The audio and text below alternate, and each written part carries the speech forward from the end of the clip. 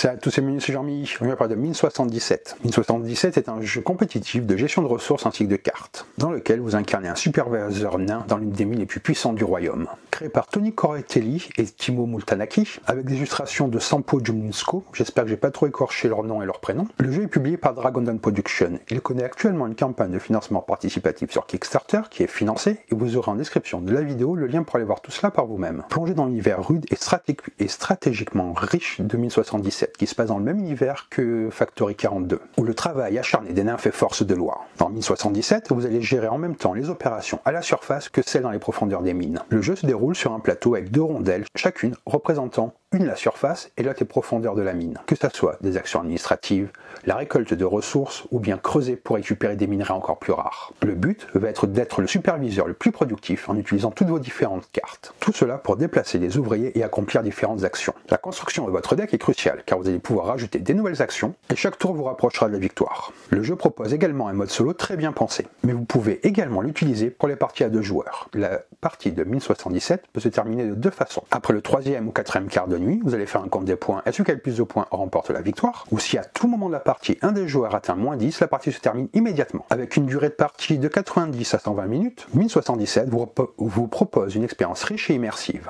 où chaque décision compte pour optimiser vos actions et récupérer le plus de ressources possible afin d'être le superviseur nain le plus puissant. Un jeu où la ruse, la gestion de ressources et une bonne dose de stratégie vous permettront de vous imposer dans cette mine impitoyable. Allez, on va voir comment ça se passe. Et on se retrouve avec le jeu. Donc là, on est avec une version prototype que m'a fait parvenir l'éditeur afin que je puisse vous en parler. C'est un prototype qui est déjà très avancé, qui donne une vraie idée de ce qu'est le jeu. Donc la campagne de financement sur Kickstarter a lieu en ce moment, le jeu est financé. Vous aurez comme d'habitude le lien pour aller voir par vous-même dans la description de la vidéo. Là, ce que je vais faire, c'est que je vais vous expliquer les grandes mécaniques du jeu, sans vous expliquer toutes les règles, vous faire une présentation. Et à la suite de cela, je vous donnerai mon avis sur le jeu. Mine 77 est un jeu indépendant qui simule l'activité intense de la plus grande mine d'Oxtridia, là où sont extraites les précieuses ressources destinées à Factory 42. En y jouant, vous découvrirez ce que signifie vraiment être contremaître dans un tel environnement. Un savant mélange de travail acharné, de ruse, de magouille et de joyeux chaos. Jusqu'à 5 joueurs s'affrontent pour devenir le contremaître le plus productif, en envoyant leurs ouvriers à différents postes, avec un seul objectif: trouver l'équilibre entre effort, gestion complexe et litres de bière bien mérités.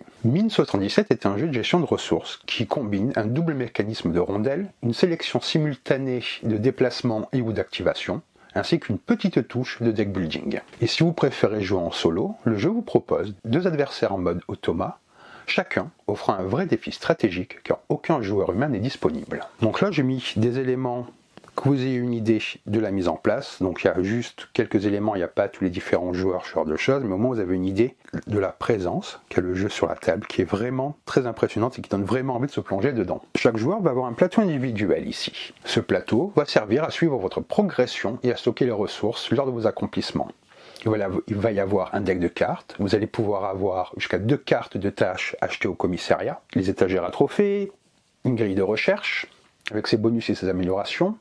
Vous allez pouvoir mettre des grues, incinérateurs et machines à vapeur privées, ainsi qu'un entrepôt personnel avec les améliorations d'extension. Lorsque vous allez commencer la mise en place, vous choisissez si vous jouez en mode standard ou en mode facile, et vous construisez votre deck, ce deck de cartes-là, en fonction de ceci. Chaque joueur a 4 ouvriers à sa couleur, un deck de recherche de 7 cartes. Chaque joueur reçoit également 2 cartes d'objectifs secrets qui vont aider lors du scoring final. Vous en choisissez une et vous défaussez l'autre. Les objectifs ne sont pas essentiels pour les premières parties. Vous pouvez tout à fait les mettre de côté pour une prise en main plus simple. Vous allez disposer de différentes ressources sur le plateau. Vous prenez 9 ressources de lin, lichen, champignons et bois. Vous aurez un total de 36 jetons. Vous prenez 25 jetons au hasard et vous les placez ici pour en mettre 25. Les 11 jetons restants vont dans la réserve agricole. Chaque joueur va suivre ses points de victoire. Vous placez du coup le marqueur sur 0. Vous réglez la vapeur ici sur la valeur 3, c'est indiqué, vous voyez, sur le plateau. Vous placez ensuite le marqueur de carte de travail sur l'espace mis en place de la piste temporelle, à cet endroit-là, vous voyez, aussi indiqué. Ensuite ici j'ai mis des marqueur d'action bloqué. Vous allez ajouter un marqueur d'action bloqué sur chaque espace d'action indiquant un nombre de joueurs supérieur à celui de votre partie. Cela vous servira de rappel pour ne pas utiliser ces actions. Vous allez placer les 4 ouvriers de chaque joueur sur le segment entrée du rondel. Vous avez des cartes mines que vous allez mélanger Vous piochez la carte du dessus et vous la placez face visible dans le premier emplacement. Le reste du paquet est face visible dans le deuxième emplacement. Vous avez un deck de patrouille. Vous faites une mise en place comme ceci. Ici, un deck avec les tâches du commissariat. À côté, les ordres gouvernementaux. Vous avez au-dessus les petites cartes que j'ai mis. C'est le deck de résolution des patrouilles. Le deck de l'ambassade elfique. Ici, vous avez les tuiles de recherche. Il y en a plus que ça. J'ai mis que celle-là pour vous parler du jeu. Donc ça, c'est un petit peu, en gros, la mise en place. Là, les différents éléments que vous allez avoir. Ici, c'est le plateau principal. C'est ici que se déroule la majorité de l'action. Il comprend les rondelles de surface et de la mine, la piste temporelle, la piste de vapeur, le train, la zone de patrouille, l'entrepôt de la mine, la ferme, l'hôpital, ainsi que la piste des points de victoire. Ici, ce plateau regroupe tous les paquets de cartes, ainsi que les tuiles de recherche. Ici, nous avons le plateau d'approvisionnement général. Il affiche les colonnes servant à stocker toutes les ressources qui ne sont pas en jeu. Bien entendu, le plateau individuel des joueurs.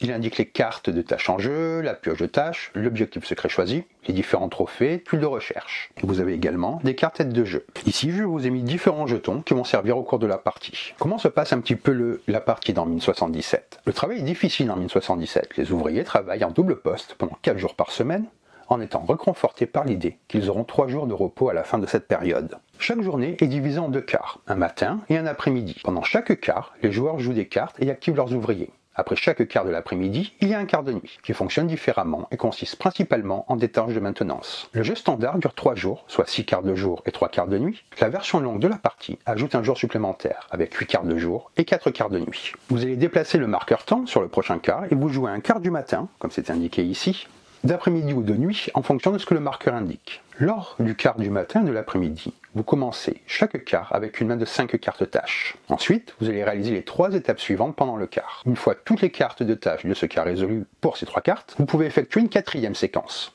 Mais pour jouer une 4e carte, vous allez devoir dépenser un point de vapeur. Vous allez choisir secrètement une carte tâche restante parmi celles de votre main. Les joueurs vont choisir en simultané. Une fois que ceci est fait, tous les joueurs vont révéler leurs cartes. Vous allez maintenant activer vos cartes de tâche dans l'ordre d'initiative, comme indiqué dans le coin inférieur des cartes. Vous voyez ici, vous avez un ordre d'initiative. Vous pouvez appliquer la carte de tâche à tout ouvrier qui n'est pas affecté à une case action.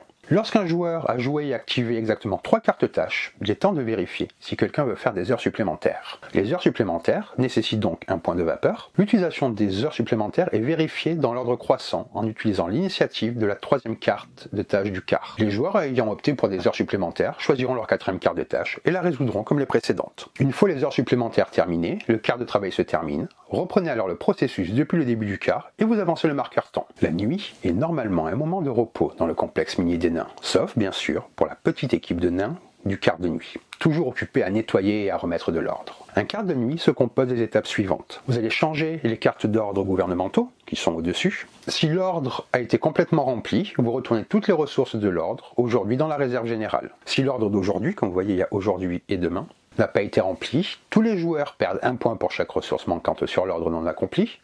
Un joueur peut dépenser 2 rosettes pour éviter cette pénalité. Défausser l'ordre du jour, vous déplacez l'ordre de demain pour le mettre dans l'ordre d'aujourd'hui, qui révélera une nouvelle carte de demain. Vous saurez toujours un tour à l'avance ce que vous allez devoir préparer. Vous allez vérifier les cadrans du premier au dernier pour la maintenance de la vapeur. La vapeur restante de la journée précédente est transférée vers le quart du matin suivant. Si la vapeur est négative, tous les joueurs perdront un point pour chaque point de valeur négative. À la fin du dernier quart de nuit, juste 3 donc pour une partie courte, vous n'avez pas réalisé les étapes qui vont suivre. Vous allez changer la patrouille sinon. Vous défaussez la carte patrouille la plus à gauche, vous déplacez la carte du dessus du paquet de patrouille dans le premier emplacement, vous déplacez tous les ouvriers qui sont au commissariat vers le hall de l'ascenseur, vous défaussez les cartes d'ordre du travail du commissariat laissées sur le tableau. Vous retirez tous les marqueurs d'action complétés, chaque quart du matin commence avec toutes les actions disponibles. Vous retournez les marqueurs de grue et d'incinérateur sur leur côté actif. Vous allez déplacer le marqueur à l'aube vers le prochain quart du matin. Comme vous voyez, à chaque fois c'est indiqué ici. Lorsque la partie se termine, vous allez procéder à un calcul des points finaux pour déterminer le score total.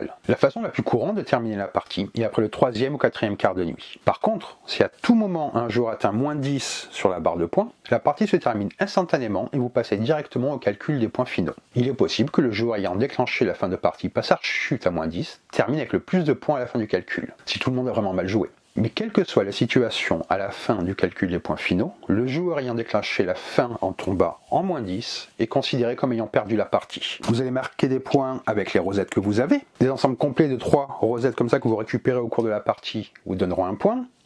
La magie que vous récupérez vous donnera également des points. Les trophées également. Chaque ensemble de 3 trophées différents rapportera 2 points supplémentaires, plus vos points d'objectifs secrets. Le gagnant est le joueur ayant le total le plus élevé. Si vous dépassez 20, vous retournez votre marqueur de points sur l'autre côté pour continuer à compter des points. Je vais un petit peu plus vous parler des mécaniques maintenant, encore une fois sans entrer dans tous les détails, mais que vous ayez une grande idée de comment ça se passe. Tous les joueurs commencent la partie avec un ensemble de 7 cartes, correspondant à leur couleur. Ces cartes ont la même combinaison d'activités, c'est du mouvement et de l'action, mais les valeurs d'initiative varient de 1 à 7. Vous allez pouvoir affiner votre deck avec de nouvelles cartes achetées durant la partie, vous les achetez au-dessus. Chaque joueur, lorsqu'il sélectionne une carte, comme je vous disais, la place face cachée devant lui, et toutes les cartes sont révélées simultanément. Les cartes sont ensuite jouées selon l'ordre d'initiative. S'il y a une égalité sur l'initiative, c'est le joueur avec le plus de rosettes qui commence. Lorsque votre initiative arrive, vous allez sélectionner un ouvrier à qui appliquer votre carte choisie. Vous pouvez choisir n'importe lequel de vos 4 ouvriers, même celui qui a déjà été activé pendant ce shift. L'ouvrier sélectionné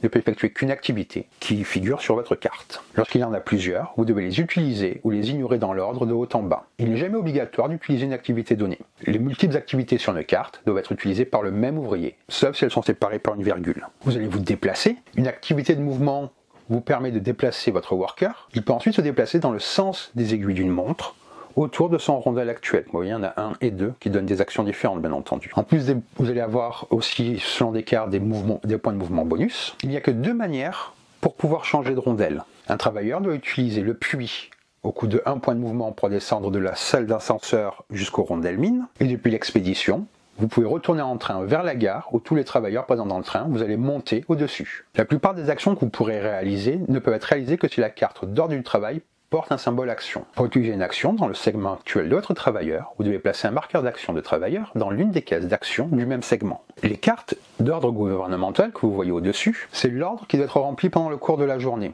Les ressources sont placées sur cette carte au fur et à mesure qu'elles arrivent de la mine. Si l'ordre de la journée n'est pas rempli avant la fin de la nuit, tous les joueurs recevront une pénalité comme je vous ai indiqué. Ici vous avez des hôpitaux. Vos travailleurs peuvent se blesser et finir à l'hôpital. Vous allez devoir, pour les sortir de là, payer le coût pour déplacer un travailleur vers la libération. Ça va coûter 1 rosette à chaque fois. Cela va dépendre s'il est ici ou là. À chaque fois vous devez dépenser 1 rosette pour les sortir de l'endroit où ils sont. Pour vous parler des rosettes donc, ces jetons-là, ce sont des sortes de tokens de reconnaissance au sein de la communauté et fonctionnent comme une monnaie dans le jeu. Vous pouvez les utiliser pour éviter des pénalités, jouer une carte d'ordre de travail supplémentaire ou payer pour divers services. Elles sont aussi une monnaie valide lors des échanges et des marchandages. Sur votre entrepôt que vous allez pouvoir avoir des actions qui vous permettent de stocker plus de ressources. L'incinérateur va vous permettre de brûler des ressources. Comme vous voyez, certaines ressources peuvent être brûlées pour recevoir soit la ressource, soit une rosette. Ici nous avons la magie, c'est une ressource puissante et polyvalente. En plus d'être utilisée pour payer certains effets, un cube magique peut être utilisé pour substituer une ressource de votre choix, un cube pour une rosette,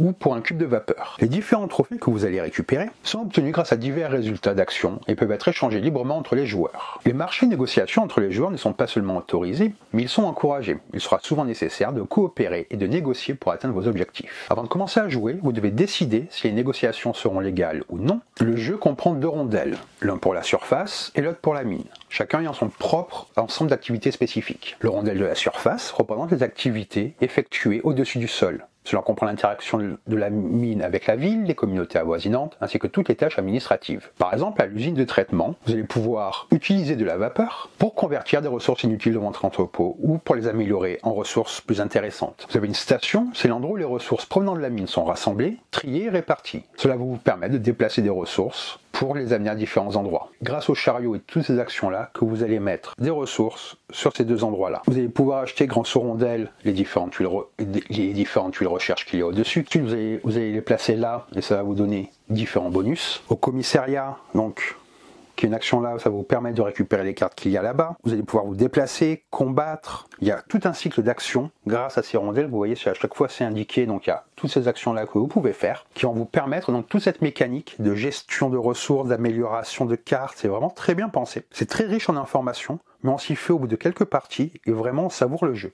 Vous allez devoir faire attention aux différentes patrouilles, les éviter car c'est un monde qui est assez hostile. Donc j'aime beaucoup aussi l'univers qui développe au fur et à mesure du jeu. Si vous n'avez pas joué à Factory 42, je vous mettrai dans la vidéo, il y a un lien qui devrait apparaître au cours de la vidéo qui vous permettra de cliquer et de voir un petit peu ce jeu. Donc le fait qu'il continue dans le même univers, c'est vraiment très intéressant. Et ici, je vous en parle un petit peu plus tôt, c'est pour jouer au mode solo. Donc il y a 2 difficultés, c'est un mode solo également très bien pensé, c'est pas juste un battre son propre score, il y a vraiment une difficulté à réussir les différentes actions. Et vous avez ces aides de jeu très bien faites, qui vous permettent d'avoir un résumé de toutes les différentes actions du jeu et de comment tout se passe. Donc ça, c'est vraiment très sympa de l'avoir apporté, parce qu'au début, vous allez un peu vous demander que font toutes ces actions. Mais une fois, comme je vous disais, vous avez fait une partie ou deux, tout va rentrer assez facilement dans l'ordre. Je vais carrément vous dire, ici, nous avons l'entrée. Ici, c'est la zone de process. Vous allez utiliser vos ressources pour gagner des points de victoire et de la magie. Ici, c'est la station. Ça va vous permettre de gagner des points en fonction du nombre d'ouvriers que vous avez. Ici, c'est pour la recherche. Ça va vous permettre d'acheter les tuiles qu'il y a là. Ici, c'est le commissariat, ça va vous permettre d'upgrader vos cartes. Ici, c'est l'ambassade elfe, donc avec ces cartes-là, qui ont des effets spécifiques et qui vous rajoutent des bonus lorsque vous les récupérez. Ici, c'est l'entrée de l'ascenseur. Il peut y avoir des bagarres. Plus de 5 ouvriers ici, ils vont un petit peu s'embêter. Ici, c'est la ferme, qui va vous permettre de récupérer des ressources et de les charger dans différents trains. Ici, c'est la mine, pour lequel vous allez ici vous creuser pour récupérer différentes ressources et les mettre dans le train. Ici, c'est les patrouilles, donc vous devez faire attention aux dangers, et c'est les cartes patrouilles qu'il y a là-bas. Ici, c'est pour envoyer les différents trains vers la station et récupérer des points de victoire et remplir les commandes. Et ici, ça va vous permettre, le deck vous permet de faire différentes actions, vous déplacer sur les différents rondelles afin de récupérer toutes ces ressources. Après vous avoir fait cette grosse présentation du jeu, que vous ayez une idée, comme je dis, c'est encore une version prototype, mais je vous encourage vraiment à aller voir la page du Kickstarter. Moi, c'est un éditeur que j'aime beaucoup, qui a une vraie identité au niveau de ses jeux. Il fait pas trop de concessions, je trouve que c'est assez intéressant. Il a développé un univers, donc il y a celui-là, il y a Golem, qui est un jeu qui se passe dans le même univers, et Factory 42, donc je vous invite à aller voir vraiment. Donc après tout ceci, après ce survol des mécaniques du jeu, je vais vous dire ce que j'en ai pensé. Mine 77 est un jeu de société qui plonge les joueurs dans une ambiance souterraine où ils incarnent des travailleurs d'une mine exploitant des ressources dans un environnement complexe et hautement stratégique. À travers une gestion de ressources serrées, des interactions sociales et une gestion de la vapeur, ce jeu se distingue par la profondeur de ses mécaniques et la richesse de son univers. Toutefois, bien que le jeu offre une expérience de jeu immersive et engageante, dès les premiers instants de jeu, Mine 77 réussit à installer une atmosphère d'immersion dans l'univers de la mine. L'ambiance du jeu est construite à travers ses mécaniques et sa thématique. En incarnant un travailleur dans un environnement de mine, les joueurs sont confrontés à un système de gestion complexe de ressources, de vapeur et de travailleurs, où chaque décision peut avoir des conséquences importantes sur le déroulement de la partie. L'univers est bien développé, avec des actions comme miner, cultiver ou patrouiller, chacune ayant son importance et sa place dans l'équilibre global du jeu. Ces mécaniques permettent de renforcer le côté gestion, tout en offrant une expérience qui est à la fois intéressante et engageante pour ceux qui aiment les jeux de stratégie complexes. L'utilisation de la vapeur comme ressource clé dans le jeu est particulièrement réussie. La gestion de la vapeur crée une tension constante, un équilibre précaire à maintenir. Chaque action dans le jeu nécessite de gérer la quantité de vapeur qui peut augmenter ou diminuer, et le risque de perdre le contrôle de cette ressource, symbolisé par l'activation du kaboom, vient ajouter un élément de tension à chaque tour. Cela permet de maintenir un intérêt constant, car les joueurs doivent à la fois planifier leur action à court terme, tout en gardant en tête leurs objectifs à long terme. Le cœur de Mine 77 repose sur la gestion de ressources et des actions des travailleurs. Dans le jeu, chaque joueur doit jongler entre plusieurs types de ressources, en essayant de remplir les objectifs du jeu, tout en optimisant ses choix d'action. La gestion des stocks, l'allocation des travailleurs et la planification des prochaines étapes deviennent essentielles car chaque ressource compte. L'interaction entre ces différents éléments est bien pensée, et le fait que les ressources récoltées lors des actions puissent être utilisées pour plusieurs fins, remplir les ordres gouvernementaux, renforcer l'entrepôt, ou alimenter les wagons pour le shipping, crée un équilibre intéressant et constant. La mécanique du Mine Warehouse joue également un rôle important dans cette gestion de ressources. Il faut en effet toujours surveiller l'espace disponible dans l'entrepôt, et faire attention à ne pas se retrouver à court de place pour stocker des ressources excédentaires. Cela introduit un aspect stratégique supplémentaire, où les joueurs doivent régulièrement évaluer la meilleure façon de gérer leurs ressources sans se retrouver dans une situation où ils sont contraints de perdre des ressources précieuses. Le système de patrouille, où les joueurs doivent envoyer des travailleurs pour explorer des zones dangereuses en échange de récompenses, est un autre aspect stratégique majeur. Cette phase du jeu peut entraîner des blessures, mais elle offre aussi des récompenses considérables qui peuvent faire pencher la balance en faveur d'un joueur. La gestion des blessures, le risque de perte de ressources et la possibilité de partager les récompenses avec d'autres joueurs rendent ce système particulièrement intéressant et ajoute un élément de risque et de récompense. L'un des points forts du jeu réside dans l'interaction entre les joueurs. Les échanges de ressources, la compétition pour remplir les ordres gouvernementaux, la gestion des ressources dans les wagons du train et les négociations autour des marchés crée des moments d'intense interaction sociale. Le jeu n'est pas simplement une course solitaire pour remplir ses objectifs personnels, le jeu n'est pas simplement une course solitaire pour accomplir ses objectifs personnels, Il est également crucial de bien observer les actions des autres joueurs et d'anticiper leurs besoins, tout en négociant intelligemment pour obtenir des ressources qui manqueront peut-être plus tard. Cependant, cette dimension sociale peut ajouter une couche de complexité, car elle requiert une gestion fine des relations entre les joueurs. Il est donc important que chaque joueur soit à l'aise avec cette approche compétitive et interactive. L'ajout du mode solo est une autre dimension qui enrichit l'expérience de jeu. Ces personnages, qui peuvent être ajoutés aussi en fonction du nombre de joueurs,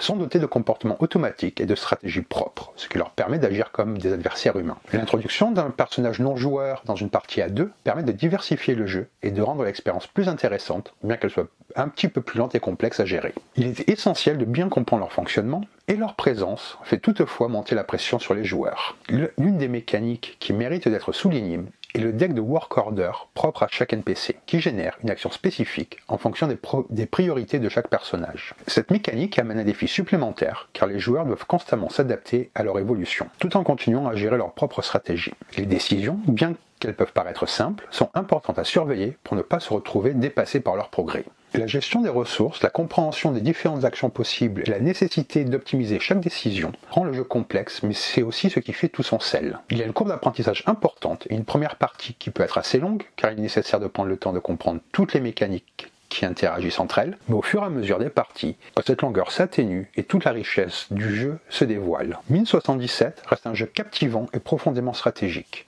Les joueurs qui apprécient les jeux de gestion avec un fort aspect de planification à long terme et de réflexion tactique trouveront dans Mine 77 un jeu stimulant et gratifiant. Le mélange de prise de décision, de gestion de ressources, d'interaction entre les joueurs et de risques associés aux actions en fait un jeu d'une grande richesse. Chaque partie est unique et demande des ajustements constants de stratégie, ce qui permet une grande rejouabilité. En conclusion, Mine 77 est un jeu qui plaira particulièrement aux joueurs expérimentés, qui aiment les jeux de gestion avec une forte composante stratégique. Son système de ressources, son ambiance immersive et ses multiples options d'interaction en font une expérience de jeu approfondie et engageante. Pour ceux qui acceptent le défi, Mine 77 offre une expérience de jeu riche et stimulante qui mérite d'être explorée.